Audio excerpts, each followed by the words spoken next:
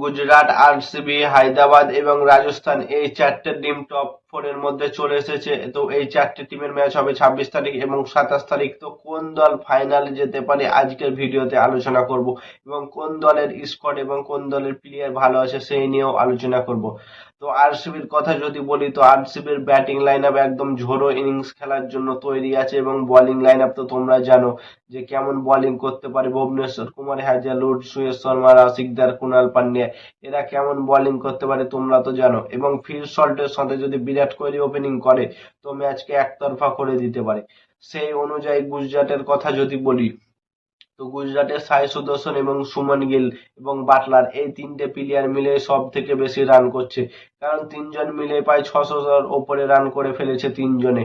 তো এক একটা তাদের আগুন জ্বলছে গুজরাটের জন্য। গুজরাটের যদি এই তিনটে ব্যাটার থেমে যায় তো একাই ম্যাচ জিতে দেবে এবং ক্ষমতা রাখে। এবং গুজরাটের বোলিং লাইন আপের কথা যদি বলি, গুজরাটের বোলিং লাইন আপ আরসিবির থেকেও বেশি স্ট্রং আছে, কারণ তাদের কাছে অনেকটা পরিমাণ বোলার আছে।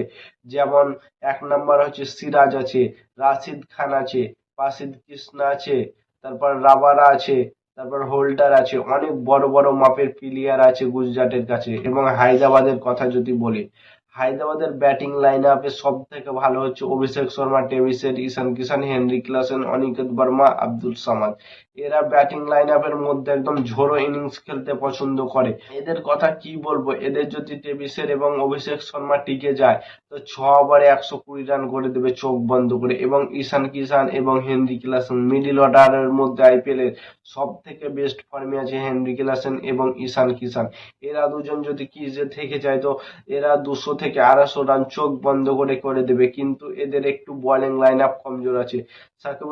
সাকিব হাসান আছে, একটু বল প্রফুল্ল ইন্ডিয়া আছে, এরা বল করছে ঠিকঠাক কিন্তু তাও বল কমজোরি আছে হায়দ্রাবাদের কাছে। সেইখানে রাজস্থানের কথা বলি যদি, তো রাজস্থান থেকে সব থেকে ভালো খেলছে বৈভব সূর্যবংশী, 15 বছরের ছেলে। সে কত দুর্দান্ত মেজাজে খেলছে তোমরা একবার দেখো। 15 বছরে একটা ছেলে কি করতে পারে এই বৈভব সূর্যবংশীকে না দেখলে কি ইন্ডিয়া টিম দেখতে বুঝতে পারতো না, ইন্ডিয়া ক্রিকেটে বুঝতে পারতো না যে এইরকম বয়স থেকেও শুরু করা যায় ক্রিকেটটাকে।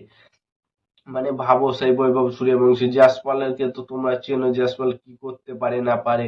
তারা জয়সওয়াল তো কয়েকটা ইনিংস ভালো খেলেছে, অথবা তার সিজনটা ঠিকঠাক ভাবে যাচ্ছে না জয়সওয়ালের, কিন্তু সে যদি টিকে যায় এবং বৈভব সূর্যবংশী তো কি করতে পারে তোমরা তো জানো। এবং দুব জুডেল আছে, রিয়ান পরাগ আছে এবং জাদেজা আছে, অনেক বড় বড় মাপের প্লেয়ার আছে। এদেরও বলার আছে ভালো ভালো, যেমন রাবাডা আছে, সন্দীপ শর্মা আছে, তারপরে জাদেজা আছে, অনেক ভালো ভালো প্লেয়ার আছে রাজস্থানের কাছেও।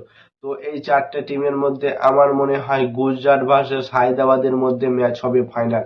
এই দুটো টিম আমার প্রেডিকশন থাকলো যে গুজরাট ভার্সেস হায়দ্রাবাদ এই দুটো টিম ফাইনালে যাবে এবং এই দুটো টিমের মধ্যে একটা টিম চ্যাম্পিয়ন হতে পারে। তো তোমাদের মতামত কি কমেন্ট করে জানাও। আর ক্রিকেট অথবা আইপিএল এর নতুন এইরকম ভিডিও প্রতিদিন দেখতে হলে চ্যানেলটাকে সাবস্ক্রাইব এবং ফলো করে দাও। ততক্ষণের জন্য টাটা, বাই বাই, জয় হিন্দ।